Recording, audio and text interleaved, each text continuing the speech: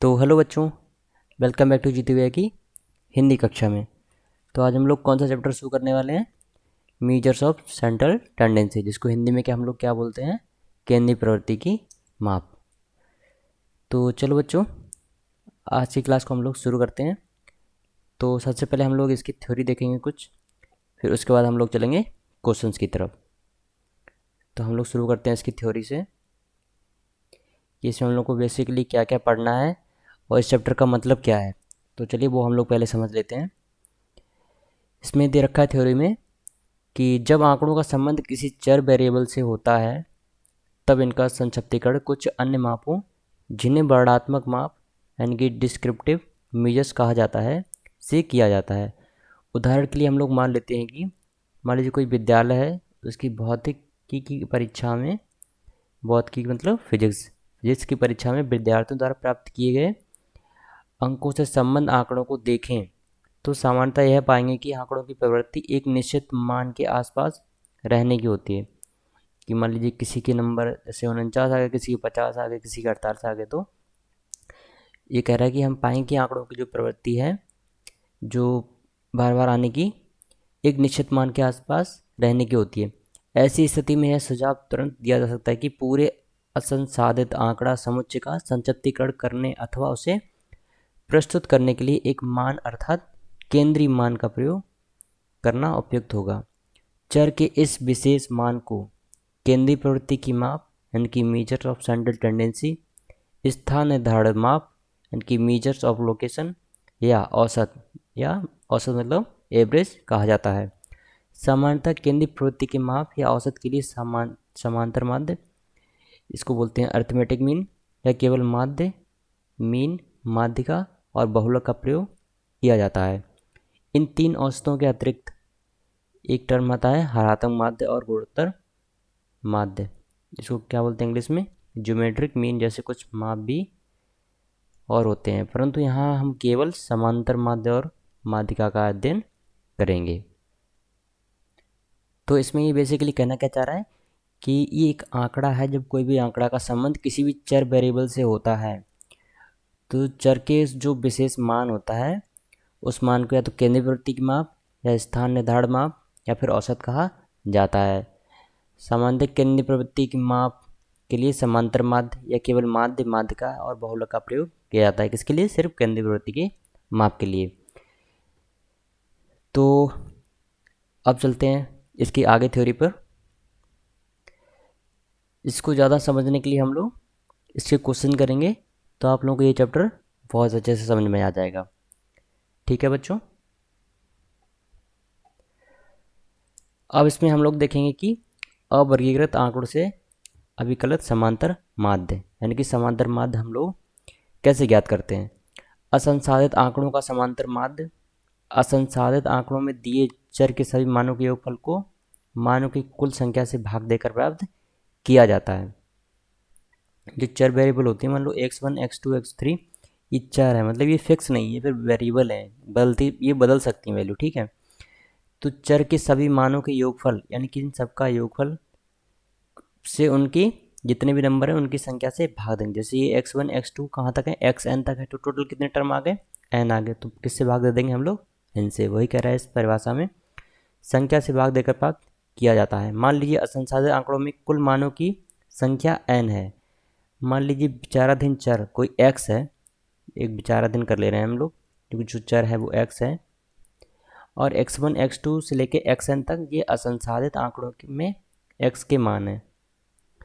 x एक fix variable है जिसके अंतर्गत हम लोगों ने x1 x2 x3 ये असंसाधित आंकड़े माने हैं जो कि x के मान है। तब समांतर माध्य या केवल समांतर माध्य को हम लोग सिर्फ माध्य बोल सकते हैं, या केवल माध्य की परिभाषा किस प्रकार दी जाती है। परिभाषा हम लोग देख लेते हैं हम लोग कि चर x के मानों x1 x2 से लेकर कहाँ तक xn के समांतर माध्य या केवल माध्य को x बार से प्रकट किया जाता है। यानी कि x बार लिखा है तो इसका मतलब होता है उसका समांतर माध्य निकालना है या फिर माध्य निकालना है। तो इसे हम लोग कैसे दर्शाएंगे? x बार बराबर x1 plus x2 plus x3 कहाँ से लेके ऐड करना है? xn तक, और बट्टे में ये भाग देंगे किससे? n से, क्योंकि टोटल कितने टर्म यूज हो रहे हैं यहाँ पे? एन टर्म यूज हो रहे हैं, टोटल एन टर्मों को जोड़ रहे हैं हम लोग, तो बटे एन। तो ये सभी प्लस हैं, इसको हम लोग और कैसे दर्शा सकते हैं, जैसे एक ये एन है बटे में, ठीक है, तो एक बटा एन तो हम लोग कॉमन ले लेंगे। अब हर बार तो प्लस लगाना नहीं है, इसको जब छोटे से एक फॉर्म में दर्शाना होगा तो कैसे दर्शाएंगे हम लोग, इस चिन्ह का यूज करते हैं, इसको बोलते हैं समेसन, मतलब जोड़ना।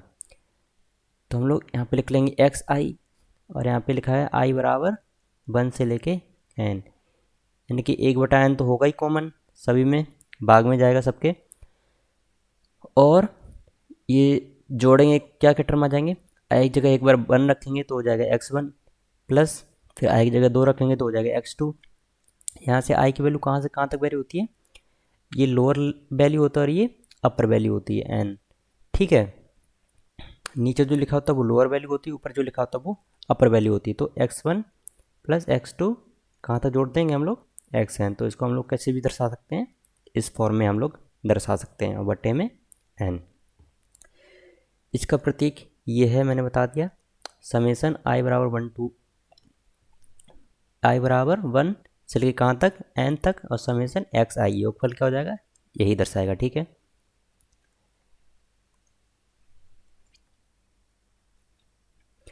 क्योंकि x के कुछ मान x बार से कम होंगे और कुछ मान x से अधिक होंगे, इसलिए एक अर्थ में यह कहा जा सकता है कि x बार सभी मानों के केंद्र पर स्थित है, यानी कि x बार जो है एक केंद्र वैल्यू मान ली, और इसके आगे कुछ वैल्यू है और इसके पीछे कुछ वैल्यू है, तो इसको बोला जाता है समांतर मान। मान लीजिए 5 हो गई संख्या, 10 हो गई, 15 हो गई, 20, ऐसे बहुत सारी संख्या हैं, मान लीजिए 10 तक संख्या है, तो एक तरीके से हम मान लेंगे कि जो बीच वाली संख्या आएगी, जो 5वें स्थान पर होगी, एक तरीके से वो केंद्रीय वैल्यू मान सकते हैं, जिसके आगे पीछे वो सभी वैल्यू होंगी। तो एक्स बार उस कंडीशन में क्या कहलाता है, मानों को केंद्र पर स्थित माना जाता है, जो इस बात की पुष्टि करता है कि एक केंद्रीय प्रवृत्ति की एक माप है, जो कि सेंटर वैल्यू को दर्शाता है, ठीक है। ये समझ में आ गया इसकी थ्योरी कि समांतर माध्य हम लोग कैसे निकालते हैं किसी भी चर वैल्यू की। अब हम लोग चलते हैं इसके एग्जाम्पल की तरफ। तो क्वेश्चन नंबर 1 दे रखा है कि उदाहरण एक तरीके से यहाँ पे दे रखा है कि नीचे दिए हुए अशोधित आंकड़े एक विद्यालय की 10वीं कक्षा की गणित की परीक्षा में 50 विद्यार्थियों द्वारा प्राप्त किए गए अंक हैं। ये टोटल नंबर दिए रखे हैं, ये क्या है, एक तरीके से 50 विद्यार्थियों द्वारा प्राप्त अंक हैं। किसी के मान लो 50 विद्यार्थी हैं टोटल, किसी के मान लो 40 आ गए, किसी के 73 आ गए, किसी को 49 आ गए, 83, 40, 49, ऐसे ये 50 हैं टोटल नंबर, जो क्या दर्शाते हैं किसी परीक्षा में गणित की उसमें से लाए गए विद्यार्थियों के नंबर हैं। तो इन अंकों का समांतर माध्य ज्ञात कीजिए, ये क्वेश्चन है, ठीक है। तो टोटल कितने विद्यार्थी हैं, मतलब टोटल कितनी संख्याएं दे रखे हैं यहाँ पे, जो नंबर हैं 50 विद्यार्थियों के दे रखे हैं। तो n बराबर क्या हो गया यहाँ पे, n बराबर हो गया 50। तो हम लोग मान लेंगे कुल, मान लीजिए चर x अंकों को प्रकट करता है, तब अंक समुच्चय से चर x के भिन्न भिन्न मान क्या हो जाएंगे, x मान लो एक फिक्स चर मान लिया, उसके भिन्न भिन्न मान क्या हो जाएंगे, अंक समुच्चय के से चर x के जो भिन्न भिन्न मान होंगे वो क्या हो जाएंगे, x1 x2 से लेकर कहाँ तक xn, और xn जो होगा वो क्या होगा x50, क्योंकि कितने विद्यार्थियों के निकालने हैं, 50 विद्यार्थियों के दे रखे हैं, ठीक है। तो x1 मान लिया हम लोगों ने 40, x2 मान लिया 73, x3, x4, x5, x6, x7, x8 और x10। तो एक लाइन में कितने आ गए, तो x10 कहाँ पे खत्म हो रहा है, यहाँ पे 31 पे, तो इसको x10 मान लिया। फिर x11 से लेके x20 तक, तो ये 62 पे आ जाएगा। यहाँ से x20, ये मतलब ये 20वां विद्यार्थी है। इस तरीके से x50 में क्या हो जाएगा 65, ठीक है। तो टोटली ये 50 विद्यार्थी हैं जिसमें हम लोग को चर के रूप में अंक समुच्चय बना लिया है, ठीक है।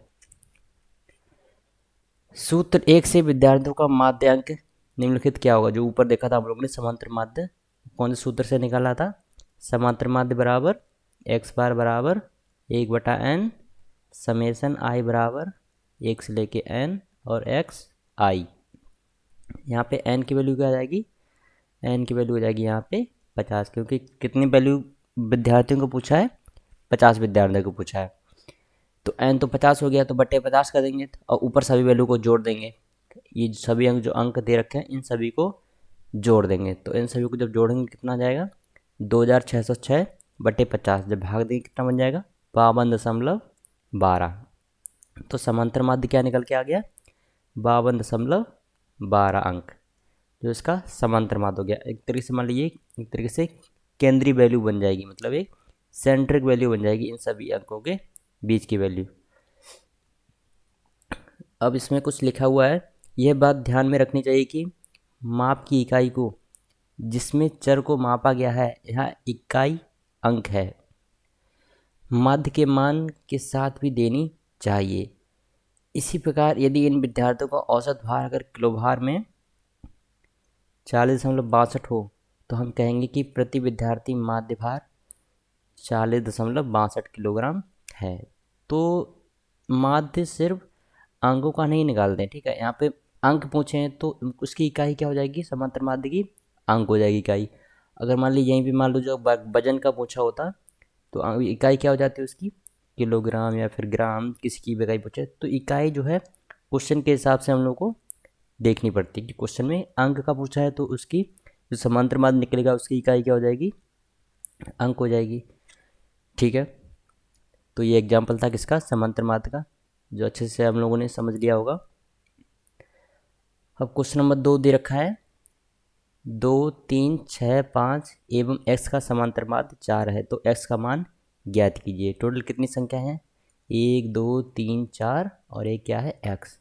तो यानी कि कितनी होगी टोटल, 5 संख्याएं हैं, ठीक है। और इनका समांतर माध्य क्या दे रखा है, 4। तो समांतर माध्य तो पहले ही दे रखा है 4 बराबर 1/n, यानी कि 1/5। और ऊपर इन सबको जोड़ देंगे, 2 + 3 + 6 + 5 + x। और इसको जब सॉल्व कर लेंगे तो कितना आ जाएगा, x की वैल्यू 4 आ जाएगी, ठीक है। तो कौन सा ऑप्शन सही हो जाएगा, थर्ड। और क्वेश्चन नंबर सेकेंड का भी दे रखा है कि 8 संख्याओं का समांतर माध्य 12 है, 9वीं संख्या अपठनीय है। यदि सभी 9 संख्याओं का समांतर माध्य 13 है तो अपठनीय संख्या क्या हो जाएगी। तो हमको संख्या ज्ञात करनी की, वो संख्या क्या होगी, क्योंकि 8 संख्या को तो समांतर माध्य दे रखा है, ठीक है। और एक 9वीं संख्या वो अपठनीय है, और पूछा है अगर सभी 9 संख्याओं का समांतर माध्य 13 है तो अपठनीय संख्या क्या होगी। तो वो अपठनीय संख्या हम लोगों से पूछी गई है। तो इसका हल देख लेते हैं। तो 8 संख्याओं का योगफल, तो समांतर माध्य पहले दे रखा है कितना, 12 बराबर संख्याओं का ऊपर क्या हो जाता है, योगफल आता है, ठीक है। ऊपर योगफल आता है और नीचे में टोटल संख्या है। कितनी संख्या को दे रखा है, 8 संख्या को, तो बटे 8। तो शुरू में जो 8 संख्याओं का योगफल होगा वो कितना बन जाएगा, 12 × 8। ये कितना निकल के आ जाएगा, योगफल 8 संख्याओं का, ये योगफल आ गया। 9वीं संख्या हम लोगों ने मान ली x, ठीक है। तो 9 संख्याओं का योगफल क्या हो जाएगा, 9 संख्या को समांतर माध्य दे रखा है 13, तो 13 × 9 कितना हो जाएगा, 96, ठीक है। और प्लस में x, ये कितनी संख्या का हो जाएगा, 9 संख्या का हो जाएगा, क्योंकि एक संख्या हम लोगों ने x मानी थी। जब 8 संख्या को 12 है तो 9 संख्या को निकालने के लिए कितना दे रखा है, 13, तो 13 × 9 कर लेंगे और प्लस में एक x कर देंगे, क्योंकि 8 संख्या का योगफल जब 96 है तो 9 संख्या का 96 प्लस एक अलग संख्या क्या थी, x। तो 96 प्लस x 9 संख्या का योगफल हो जाएगा। तो उन 9 संख्या को समांतर माध्य क्या निकल के आ जाएगा, 96 + x बटे 9। और इसका समांतर माध्य क्या दे रखा है, 13, तो 13 बराबर 96 + x बटे 9। इसको जब हल करेंगे तो अपठनीय संख्या क्या निकल के आ जाएगी, x बराबर 21। तो कौन सा ऑप्शन सी हो जाएगा, ऑप्शन नंबर 2। तो यहाँ पे क्वेश्चन नंबर हम लोगों ने 2 भी समझ लिया, इसके 2 पार्ट थे, दोनों आप लोगों को अच्छे से समझ में आ गए होंगे। अब चलते हैं अगले क्वेश्चन की तरफ, क्वेश्चन नंबर 3। तो ये भी क्वेश्चन जितने भी चल रहे हैं वो किससे संबंधित है, समांतर माध्य से। क्वेश्चन नंबर 3 में कह रहा है कि 10 पदों का समांतर माध्य 24 तथा अंतिम 8 पदों का समांतर माध्य 20 है, तो प्रथम 2 पदों का समांतर माध्य ज्ञात कीजिए। 10 पदों का समांतर माध्य 24 है, ठीक है। और अंतिम के 8 पदों का समांतर माध्य 20 है। तो प्रथम 2 पदों का समांतर माध्य ज्ञात करना है। तो मान लीजिए 10 पद हम लोगों ने मान लिए, एक्स मान लिया एक चर वैल्यू है, ठीक है। तो मान लिया हम लोगों ने x1 x2 और x3 से लेके कहाँ तक x10, क्योंकि 10 पद बोले हैं, 10 पद मान लिए। तो 10 पदों का समांतर माध्य क्या हो जाएगा, x1 से लेके कहाँ तक जोड़ देंगे x10, टोटल कितने हैं 10। इनका समांतर माध्य क्या दे रखा है 10 पदों का 24, ठीक है। तो x1 से लेके कहाँ तक x10, इन सभी का योगफल कितना हो जाएगा 24 गुणा 10 यानी कि 240 हो जाएगा, ठीक है। अब कह रहा है कि अंतिम 8 पदों का समांतर माध्य, यानी कि x1 और x2 को छोड़ के, इन दोनों को छोड़ के पीछे के जो 8 अंक हैं उनका समांतर माध्य कितना दे रखा है 20। तो x3 से लेके कहाँ तक जोड़ देंगे x10 तक, बटे में 8, क्योंकि 8 संख्या को दे रखा है समांतर माध्य, बटे में बराबर कितना कर देंगे, बटे में 8 कर देंगे, और बराबर में कितना दे रखा है समांतर माध्य 20। तो 20 गुणा 8 कर देंगे, तो x3 से लेके x10 तक योग कितना आ जाएगा 160, ठीक है। जब इन दोनों को घटाएंगे, ये फर्स्ट इक्वेशन और सेकंड इक्वेशन को जब हम लोग घटाएंगे, ठीक है, तो x3 से x3 और x4 से x4, x5 से x5, x6 से x6, x7 से x7, x8 से x8, x9 से x9 और x10 से x10, ये सभी कट जाएंगे और क्या बचेगा x1 प्लस x2 बराबर 240 में से 160 कट जाएगा, तो कितना बचेगा 80। तो x1 प्लस x2 कितना आ गया 80 आ गया। इन दोनों संख्याओं का योगफल कितना आ गया 80 आ गया। तो जब हम लोग को योगफल पता लग गया, तो समांतर माध्य क्या होता है, समांतर माध्य बराबर योगफल बटे संख्याएं कितनी हैं, तो यहाँ पर कितनी संख्या हैं 2, तो समांतर माध्य पूछा है, तो योगफल निकल आएगा कितना 80, बटे संख्या में टोटल कितनी है 2 ही जाए, तो इसको भाग देंगे तो कितना आ जाएगा आंसर निकल के 40। तो शुरू की प्रथम 2 पदों का समांतर माध्य कितना निकल के आ गया 40 निकल के आ गया। यही हमको क्या निकालना था आंसर, जो कि क्वेश्चन में पूछा है। तो क्वेश्चन नंबर 3 भी हम लोगों ने समझ लिया, ये काफ़ी अच्छा क्वेश्चन है, इसको हम लोग स्टार मार्क कर लेंगे। अब हम लोग देखते हैं क्वेश्चन नंबर 4। क्वेश्चन नंबर 4 का ए पार्ट में क्या दे रखा है, यदि x1 x2 से लेकर कहाँ तक xn का माध्य x बार है, माध्य दे रखा है या फिर समांतर माध्य दे रखा हो, उन दोनों का मतलब एक ही होता है, ठीक है। अगर इसका माध्य x बार हो तो m into x1 m into x2 into m into x3 से कहाँ तक लेकर m इंटू xn तक का माध्य क्या होगा। तो हम लोग देख लेते हैं, x1 इंटू x2 x3 का माध्य x बार है, तो x बार बराबर इन सभी का योगफल और बट्टे में n, इसको इक्वेशन 1 मान लेते हैं, ठीक है। अब इसका समांतर माध्य पूछा है कि अगर m का गुणा कर दें इन सभी चर वैल्यू में, तो इसका समांतर माध्य क्या होगा।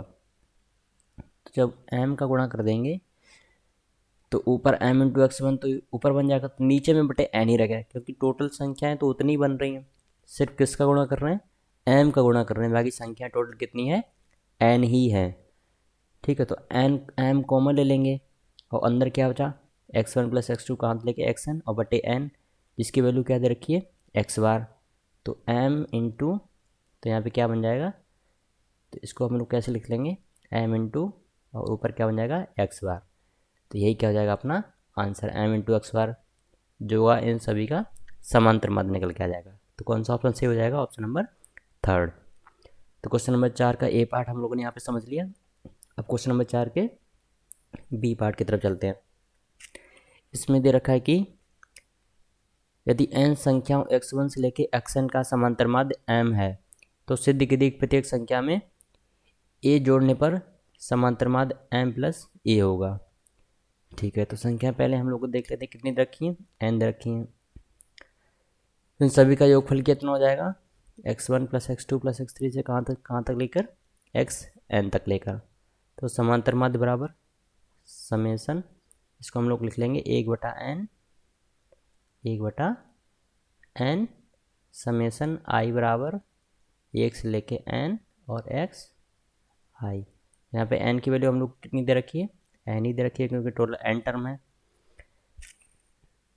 तो इनका समांतर माध्य क्या दे रखा है m, इसका बराबर कितना दे रखा है m, तो n बराबर x1 plus x2 plus xn बटे n। इसको हम लोगों ने इक्वेशन नंबर 1 मान लिया। ठीक है, अब कह रहा है जब सिद्ध कीजिए प्रत्येक संख्या में जब a जोड़ेंगे तो समांतर माध्य n प्लस a होगा। जब संख्या में a जोड़ेंगे तो संख्याएं तो टोटल उतनी रहेंगी n, तो उस कंडीशन में समांतर माध्य क्या हो जाएगा कि सभी संख्याओं में a जोड़ देंगे। जैसे x1 plus a plus x2 plus a plus कहाँ कहाँ तक लेके xn प्लस a और बट्टे में क्या कर देंगे n। ठीक है, तब x1 और x2 xn इनको हम लोग एक ब्रैकेट में लिख लेंगे, प्लस जो a टर्म बन रहे हैं उन सभी को अलग लिख लेंगे। ठीक है, अब दोनों को हम n का जो भाग है वो अलग अलग कर लेंगे, इन दोनों को अलग अलग लिख लेंगे हम लोग। तो एक तो ये अलग टर्म बन जाएगा इतना x1 plus x2 plus xn बटे n, और प्लस ये a कितनी बार है n बार है, तो n इंटू a और बटे में n ये अलग लिख लेंगे। ठीक है, ये अलग लिख लिया, n से यहाँ पे n कट जाएगा। ठीक है, तो इतना जो पार्ट दे रखा है ये तो पता है हम लोग को ये क्या है, जो ऊपर दे रखा है समांतर माध्य ये m है, तो m प्लस और n से n कट जाएगा तो m प्लस a। तो यही हमको क्या करना था, सिद्ध करना था कि जब प्रत्येक संख्या में a जोड़ देंगे तो समांतर माध्य m प्लस a आएगा। तो ये भी कंप्लीट कर लिया हम लोगों ने क्वेश्चन नंबर बी। तो ये भी अच्छा क्वेश्चन है, इसको हम लोग स्टार मार्क कर लेंगे। आई होप कि मैं आप लोगों को जो भी क्वेश्चन समझा रहा हूँ, जो भी बता रहा हूँ, वो आप लोगों को अच्छे से समझ में आ रहे होंगे। अब हम लोग चलते हैं अगले क्वेश्चन की तरफ। Question number 5। क्वेश्चन नंबर 5 का ए पार्ट दे रखा है कि संख्याएं दे रखी हैं 1 2 3 4 5 6 7 कहाँ से लेके 9 तक, और 10 भी है, इनका समांतर माध्य क्या होगा। सिंपल है, समांतर माध्य बराबर इन सभी संख्या को जोड़ देंगे। टोटल कितनी संख्या है 10, तो 10 का भाग दे देंगे, तो कितना निकल के आ जाएगा समांतर माध्य 5.5। तो ऑप्शन नंबर 3 सही हो जाएगा। 5 का बी पार्ट क्या है, संख्या दे रखे हैं ये, इनका समांतर माध्य 21 है, तो बी का मान ज्ञात करना है। समांतर माध्य दे रखा है, संख्याओं को जोड़ दो, टोटल गिन लो कितनी संख्या है, उसका भाग दे दो। ठीक है, अब इसके कैंची का गुणा करके सॉल्व कर लो, तो पी की वैल्यू क्या निकल के आ जाएगी 22 आ जाएगी। तो इतनी कैलकुलेशन तो आई होप कि 10th क्लास में हो तो अच्छी से समझ में आ रही होगी, इतनी कैलकुलेशन तो आप लोग कर ही लोगे। तो इसका कौन सा ऑप्शन सही हो जाएगा, सेकंड ऑप्शन। तो क्वेश्चन नंबर 5 हम लोगों ने कर लिया। अब चलते हैं क्वेश्चन नंबर 6 की तरफ। क्वेश्चन नंबर 6 के ये पार्ट कह रहा है कि एक नाभिक को सोमवार से रविवार तक क्रमशः 100 रुपये, 80 रुपये, 120 रुपये, 105 रुपये, 86 रुपये, 112 रुपये और 97 रुपये की आय है। इनकी सोमवार से लेके इतवार तक उसकी एक दिन की कमाई कितनी है, ये अलग अलग लिखी हुई हैं, इतनी आय है उसकी। उसकी दैनिक औसत आय कितनी है, मतलब ये तो अलग अलग आय हो रही है। ठीक है, अगर उसका एवरेज निकालें तो उसकी औसत आय कितनी होगी। तो उसका औसत आय निकालने के लिए क्या करते हैं हम लोग, जितनी भी संख्याएं होती है उनको लिख लेते हैं, बट्टे में वो कितनी संख्या है उसका भाग दे देते हैं। तो एक तरीके से क्या हो जाएगा, एक तरीके से ये समांतर माध्य हो जाएगा। तो दैनिक औसत आय, इन सभी जो आय हैं उनको जोड़ देंगे रुपए को, बटे में कितने रुपए दे रखे हैं टोटल, 1 2 3 4 5 6 और 7, टोटल 7 नंबर दे रखे हैं, तो बटे 7 कर लेंगे। तो जोड़ लेंगे तो उसको मान लेंगे दैनिक जो दैनिक उसकी औसत आय निकल के आ जाएगी वो कितनी आ जाएगी 100 रुपये, उसकी मान लेंगे जो एवरेज आय उसकी निकल के आ रही है एक दिन की। ठीक है, अगर इन सभी को जोड़ेंगे क्या तो उस 700 रुपये बनेगा। ठीक है, तो इन सभी 700 रुपये को जब 7 दिन में जब बांटेंगे हम लोग, जो एवरेज निकल के आ जाएगा वो कितना आ जाएगा 100 रुपये। तो 6 का ए पार्ट भी कर लिया हम लोगों ने। अच्छा क्वेश्चन था, आसान था थोड़ा। अब क्वेश्चन नंबर 6 का बी पार्ट देखते हैं। इसमें दे रखा है कि यदि a-1, a+5 और a+11 और a+17 का समांतर माध्य 10 है तो a का मान क्या हो जाएगा। तो a-1 ये पूरी एक संख्या है, और a+5 ये पूरी एक है, और a+11 ये भी एक है पूरी संख्या, और a+17 ये भी पूरी एक है। तो टोटल कितनी संख्या हो गई, 1 2 3 और टोटल 4 संख्या हैं। ठीक है, तो समांतर माध्य 10 और बट्टे में जब इन सभी को जोड़ देंगे और बट्टे में क्या लिख देंगे 4। ठीक है, अब जब इस क्वेश्चन को सॉल्व करेंगे तो a की वैल्यू कितनी निकल के आ जाएगी 2। तो कौन सा ऑप्शन सही हो जाएगा, ऑप्शन नंबर थर्ड। अब हम लोग देखते हैं क्वेश्चन नंबर 7। क्वेश्चन नंबर 7 दे रखा है कि यदि संख्याएं कुछ दे रखी हैं, उनका समांतर माध्य दे रखा है 20 है, तो इसका x का मान निकालना है। सिंपल है, फॉर्मूला लगाना है, सॉल्व करना है कैंची का गुणा करके।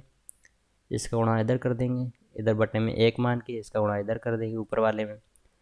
तो x का मान निकालेंगे तो कितना निकल के आ जाएगा, x बराबर 20। आई होप कि आप लोग इतना तो कैलकुलेशन जानती होंगे कि कैसे इसको हल करेंगे। तो इसका क्या ऑप्शन सही हो जाएगा, ऑप्शन नंबर 2।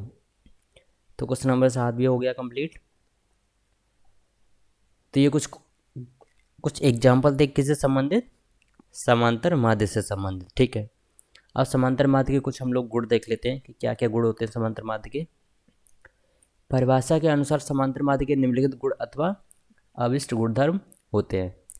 नंबर 1, यह सभी प्रेक्षणों यानी कि ऑब्जर्वेशंस पर आधारित होता है।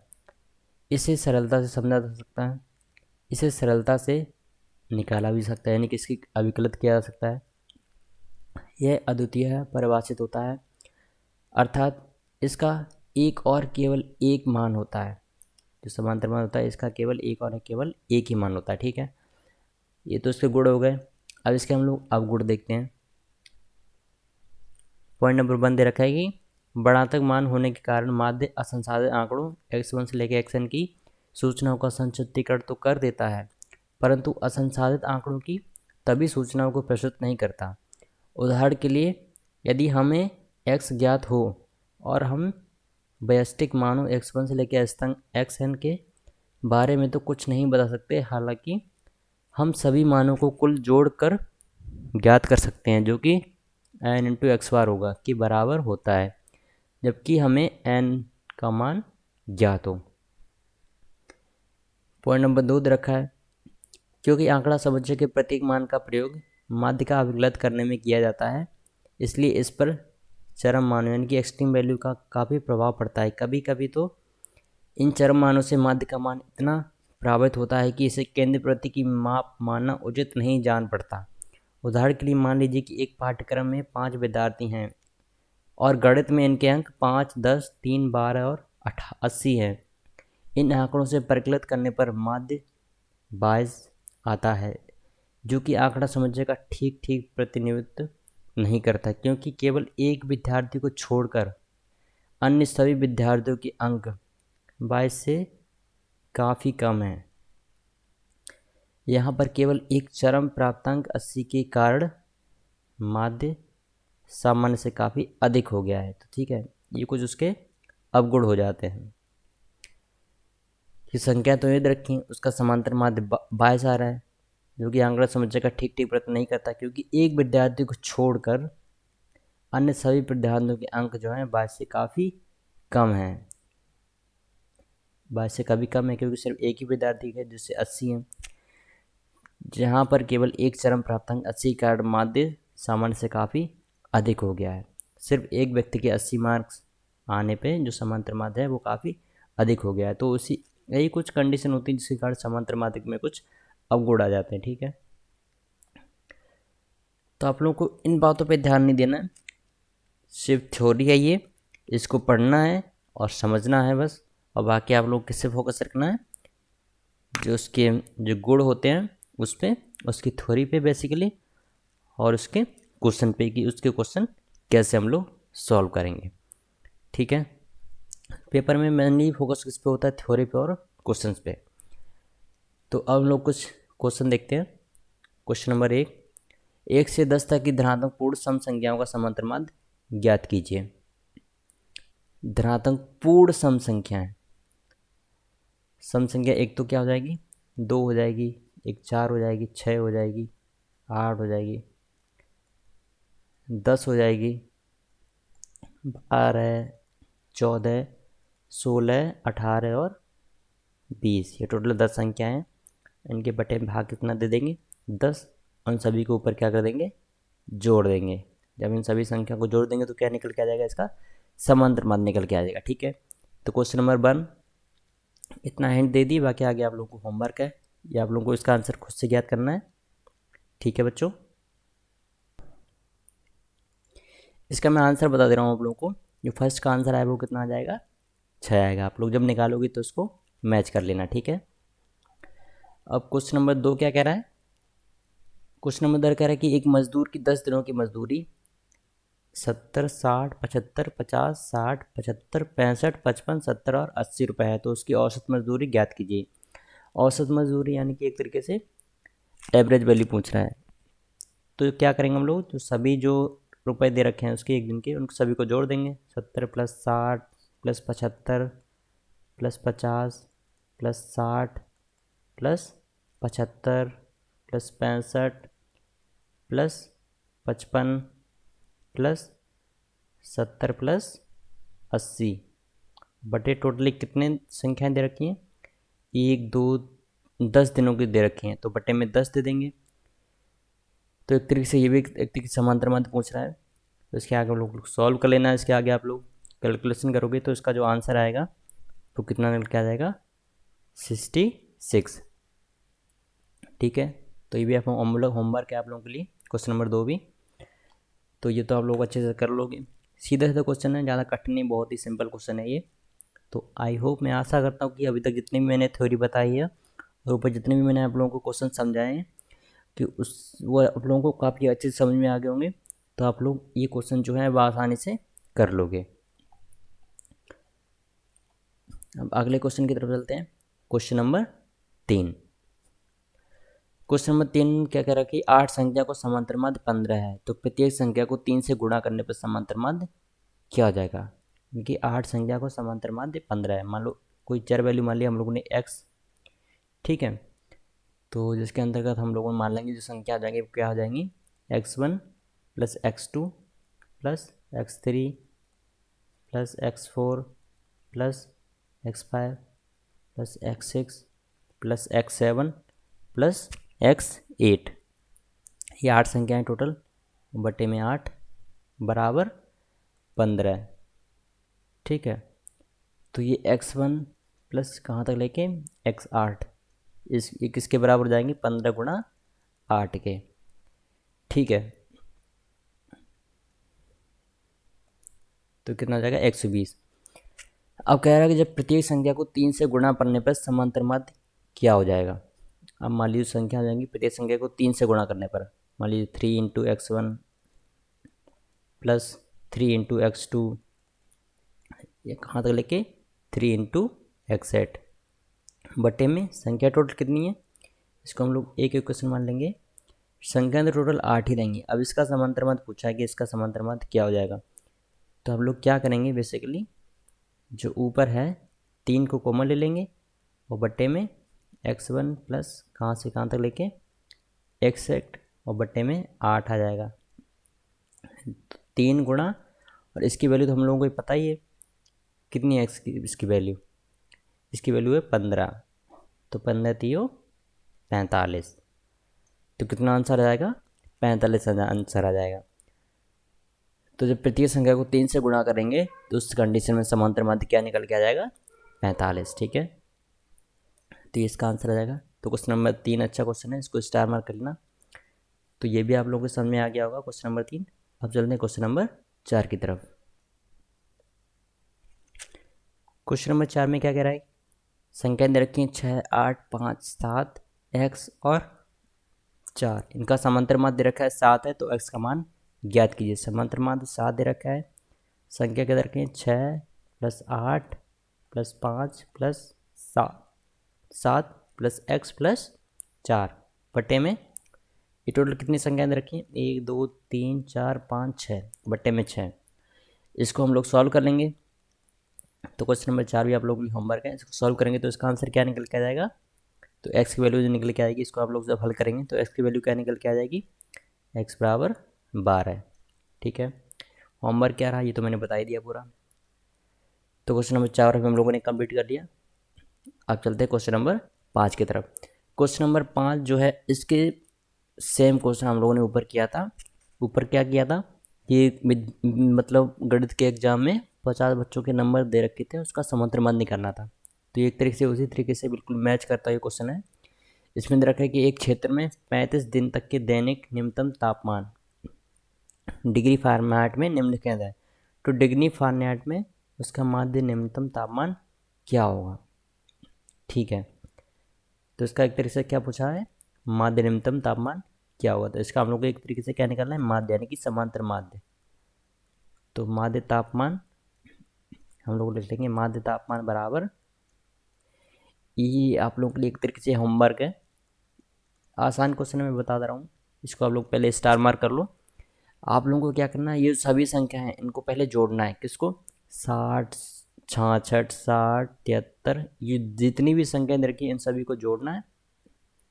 मान लो हम लोगों ने 66 को दे दिया मान x1, 60 को दे दिया x2, ये सभी मान दे रखे हैं यहाँ पे। हम लोग को मान लिया है कोई चार वैल्यू मान ली x, तो उसके अंतर्गत जो वैल्यू हम लोगों ने एक तरीके से मान ली। तो x1 प्लस x2 प्लस, ये आप लोग जब मानोगे इन सभी वैल्यू को तो 67 कौन से नंबर पे आ जाएगा, x35। ठीक है, प्लस करते जाएंगे तो x35 और बट्टे में क्या कर देंगे, 35 से भाग दे देंगे क्योंकि टोटल कितनी संख्या है, 35। तो ऊपर इन सभी संख्या को जोड़ लेना और नीचे 35 से भाग दे देना, तो क्या निकल के आ जाएगा, माध्य तापमान। इसकी इकाई हम लोग पीछे क्या लिख लेंगे, फ़ारेनहाइट। ठीक है, फ़ारेनहाइट जो टेम्परेचर की वैल्यू होती है। तो क्वेश्चन नंबर 5 जब आप लोग हल करोगे तो इसका न्यूनतम माध्य, जो माध्य न्यूनतम तापमान क्या आ जाएगा, इसका आंसर इसका आ जाएगा 66.71 डिग्री फ़ारेनहाइट। इसको जब आप लोग सॉल्व करोगे तो ये आंसर आएगा, इसका आप लोग मैच कर लेना। तो क्वेश्चन नंबर 5 में हम लोगों ने समझ लिया, इसके आप लोग कर लेना और इसका आंसर क्या आ जाएगा, 66.71 डिग्री फ़ारेनहाइट, जो कि इसके माध्य न्यूनतम तापमान होगा। अब चलते हैं क्वेश्चन नंबर 6 की तरफ। क्वेश्चन नंबर 6 में क्या रखे कि 5 संख्याओं का समांतर मान 27 है। यदि एक संख्या भूल से छूटने पर समांतर माध्य 25 प्राप्त हुआ तो छूटी हुई संख्या ज्ञात कीजिए। इसको हम लोग देख लेते हैं। क्वेश्चन नंबर 6, 5 संख्या को समांतर माध्य, मान ली 5 संख्या मान ली x1 plus x2 plus x3 plus x4 plus x5, total कितनी है 5। इनका समांतर माध्य क्या निकल के आ जाएगा, 27 आ गया। तो x1 प्लस कहाँ तक लेकर x5 बराबर कितना आ जाएगा, 27 गुणा 5। ठीक है, जो कि कितना बन रहा है, 135। अब कह रहा है कि एक संख्या भूल से छूटने पर समांतर माध्य 25 प्राप्त हुआ। ठीक है, तो छूटी हुई संख्या ज्ञात कीजिए। ठीक है, 5 संख्या को समांतर माध्य 27 है। अब कह रहा है कि यदि एक संख्या भूल से छूटने पर समांतर माध्य 25 प्राप्त हुआ तो छूट की संख्या निकाल ली हम लोगों को। तो पहले 5 संख्या रही, अब एक संख्या हम लोगों ने छोड़ दी, तो अब टोटल संख्या कितनी आ जाएंगी, x1 plus x2 plus x3 plus x4 बटे 4। इसका समांतर माध्य कितना निकल के आ गया, 25। ठीक है, तो x1 plus x2 plus x3 plus x4, ये ऊपर वाली को हम लोग क्वेश्चन नंबर 1 मान लेंगे और ये 25 गुणा 4 हो जाएगा यानी कि 100 हो जाएगा। इसको 2 इक्वेशन मान लेंगे। तो ठीक है, तो 5 संख्या को समांतर माध्य जो 5 संख्या का योगफल आ रहा है 135 आ रहा है और 4 संख्या का योगफल 100 आ रहा है। तो जो एक संख्या मिसिंग है बीच में, तो पूछ रहा है कि छूटी हुई संख्या ज्ञात करनी है। तो इन संख्याओं को जब माइनस करेंगे, यानी कि क्वेश्चन नंबर 1 में से जब हम लोग क्वेश्चन नंबर 2 माइनस करेंगे तो क्या बन जाएगा, x1 plus x2 plus x3 plus x4 plus x5 बराबर 135। और उसमें से तो कौन सी माइनस करेंगे, दूसरी, यानी कि x1 plus x2 plus x3 plus x4। इसको क्या करेंगे, घटाएंगे हम लोग, तो नीचे माइनस का चिन्ह बन जाएगा और ये ऊपर वाला प्लस और नीचे वाले माइनस को हम लोग रिप्लेस कर देते हैं, तो प्लस की जगह माइनस आ जाएगा। तो x1 माइनस x1 ये कट जाएगा, x1 ये x2 और प्लस की जगह यहाँ पे माइनस आ जाएगा, ये रिप्लेस कर देता है चलिए जब माइनस करते हैं तो x2 से x3, x3 से x3 और x4 से x4, तो क्या बचेगी x5, यहाँ से माइनस करेंगे तो ऊपर वाले तो चिन्ह बदलेगा नहीं, तो यहाँ पे x5 बचेगा, और यहाँ पे भी नीचे माइनस आएगा, मतलब कि ऊपर 135 है तो ऊपर भी प्लस का x, ये नीचे बराबर, सॉरी यहाँ पे 100 है तो इसको जब माइनस करेंगे ऊपर प्लस का 100 है तो चिन्ह बदल जाएगा, तो 135 माइनस का 100, तो x5 बराबर कितना जाएगा 35। जो एक बची हुई संख्या हो जाएगी वो क्या हो जाएगी 35 आएगी। ठीक है, तो यही क्वेश्चन में पूछा है कि छोटी संख्या ज्ञात कीजिए। अच्छा क्वेश्चन था क्वेश्चन नंबर 6, इसको हम लोग स्टार मार्क कर लेते हैं। तो अब लोग चलते हैं क्वेश्चन नंबर 7 की तरफ। क्वेश्चन नंबर 7 में क्या दे रखा है कि 35 संख्याओं का समांतर माध्य 78.4 है। जांच करने पर पाया कि जब माध्य निकाल लेते तो 68 के स्थान पर 86 लिख दिया गया था, तो सही माध्य ज्ञात कीजिए। यानी जब हम लोग निकाल लेते, हम लोगों ने पाया कि माध्य कितना आ गया 78.4, फिर हम लोगों ने क्या देखा कि 68 के स्थान पर हम लोगों ने क्या रख दिया 86 रख दिया, इसलिए गलत माध्य आ गया, यानी कि 86 रख दिया। तो चौथी संख्या तो हमको पता नहीं है, एक संख्या पता है 86। ठीक है, तो x1 प्लस x2 से लेके कहाँ तक x34 लिख लेंगे, प्लस 86 अलग से बटे में 35 बराबर 78.4, फिर 35 को अलग अलग एलसीएम के रूप में लिख लेंगे।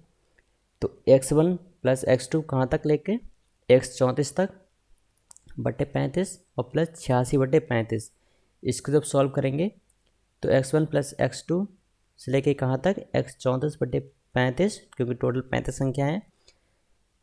ठीक है, बराबर कितना जाएगा 75.95। ठीक है, ये तो आ गया 34, x1 प्लस x2 मतलब चौथी संख्या का योगफल, एक तरीके से ये माध्य आ गया इनका, जो कितना आ गया चौथी संख्या का माध्य 75.95। ठीक है, ये कब आया, ये आ गया गलत संख्या लिखने पर। तो हम लोग सही संख्या लिखेंगे, 86 की जगह हम लोग क्या रख देंगे अब 68 लिख देंगे, यानी कि 68। तो 68 रखने पर तो x1 प्लस x2 जगह कहाँ तक x34 बटे 35 वही रह गया सेम, प्लस अलग संख्या क्या हो गई बदल के 68 हो गई, प्लस 68 बटे 35। ठीक है, प्लस 68 बटे 35, इसका मान कितना जाएगा 1.95। इसका मान तो ऊपर हम लोगों ने निकाल लिया, कितना जाएगा 75.95, प्लस 1.95 जोड़ेंगे तो सही समांतर मध्य क्या निकल के आ जाएगा 77.9। यह आ गया सही समांतर माध्य, जब हम लोगों ने क्या किया 86 को बदल के हम लोगों ने जब क्या रखा 68। तो ये काफ़ी अच्छा क्वेश्चन था क्वेश्चन नंबर 7, इसको हम लोग स्टार मार्क कर लेंगे। आई होप कि ये भी क्वेश्चन आप लोगों को अच्छे समझ में आ गया होगा। तो अब हम लोग चलते हैं क्वेश्चन नंबर 8 की तरफ। क्वेश्चन नंबर 8 में दे रखा है कि बोर्ड परीक्षा की परीक्षा में 10th ए के 25 विद्यार्थियों का समांतर माध्य 67 है और 10th बी के 30 विद्यार्थियों का समांतर माध्य 75 है, तो 55 विद्यार्थियों का समांतर माध्य ज्ञात कीजिए। ठीक है, तो 67 जो 25 विद्यार्थी हैं तो x1 प्लस जो 67 जो समांतर माध्य है वो कितने विद्यार्थियों का है 25 विद्यार्थियों का, तो x1 प्लस x2 टोटल कितने कर देंगे प्लस x25 तक और बट्टे में 25 कर देंगे। ठीक है, तो x1 प्लस x2 से लेके कहाँ तक x25, ये समांतर माध्य मतलब ये टोटल 25 विद्यार्थियों का वो है एक ग्रुप है, तो इनका योग कितना निकल के आ जाएगा 67 इंटू 25 यानी कि 1675। ठीक है, ये तो 10th ए के 25 विद्यार्थियों का समांतर माध्य से उनका योगफल निकल के आ गया। ठीक है, और एक्स बी जो 10th बी है उसके 30 विद्यार्थियों का समांतर माध्य 75 है, तो उससे मान लीजिए जो विद्यार्थी हैं वो हैं 22 से लेके कहाँ तक जोड़ देंगे प्लस 22 तक, टोटल कितने हैं 30, टोटल 30 है और उसका समांतर माध्य गुणा 75 है, तो गुणा में 75 कर देंगे तो इनका योगफल निकल के आ जाएगा, वो कितना आ जाएगा 2250। ये क्वेश्चन नंबर 2 हो गई। अब पूछा है तो टोटल जो है 55 विद्यार्थियों का समांतर माध्य ज्ञात कीजिए। देखो तो ये तो है 25 और ये है 30, तो टोटल में कितने बन रहे हैं 55 बन रहे हैं। ठीक है, तो जो समांतर माध्य निकलेगा सभी 55 विद्यार्थियों का, तो ऊपर ये 2500 का जोड़ देंगे प्लस और नीचे 30 जो विद्यार्थी थे 10th बी के उनका जोड़ देंगे और बट्टे में 55 कर देंगे। अब इनकी वैल्यू तो पता ही है कि 1675 है और दूसरी की 2250 है, और बट्टे में 55 कर देंगे तो समांतर मान निकल के आ जाएगा 55 विद्यार्थियों का, वो कितना निकल के आ जाएगा 71.36। ये क्या आ जाएगा उसका समांतर माध्य। ठीक है, यही ज्ञात करना था हम लोगों को। तो क्वेश्चन नंबर 8 भी हम लोगों ने कर लिया, जो काफ़ी अच्छा क्वेश्चन था, इसको हम लोग स्टार मार्क कर लेते हैं। अब हम लोग चलते हैं क्वेश्चन नंबर 9 की तरफ। क्वेश्चन नंबर 9 दे रखा है कि संख्याएं दे रखी हैं कुछ, ये संख्याएं दे रखी हैं, तो हम उनसे हम लोग को सिद्ध करना है कि समेसन आई बराबर 1 से लेकर कहाँ तक 10 तक into summation of x i minus x bar बराबर 0 होगा। तो एक्स बार क्या होता है, इसका समांतर मान होता है। तो पहले तो हमने एक्स बार निकालेंगे, एक्स बार बराबर 9.6 प्लस 5.2 प्लस 3.5 प्लस इन सभी को जोड़ेंगे तो कितना निकल के आ जाएगा समांतर मान इसका। तो जब समांतर मान निकालेंगे, इन सभी संख्याओं को जोड़ देंगे और टोटल कितनी संख्या बनेगी, ये टोटल 10 संख्या बनेगी। तो एक्स बार निकल के आ जाएगा 56/10, यानी कि समांतर माध्य क्या निकल के आ गया 5.6। अब जो फॉर्मूला दे रखा है वो क्या दे रखा है क्वेश्चन में कि समेसन ऑफ आई बराबर 1 से लेके 10 तक एक्स आई माइनस एक्स बार। तो हम लोगों ने 9.6 ये सभी संख्याएं दे रखी हैं, इन सभी को एक एक वैल्यू दे दी।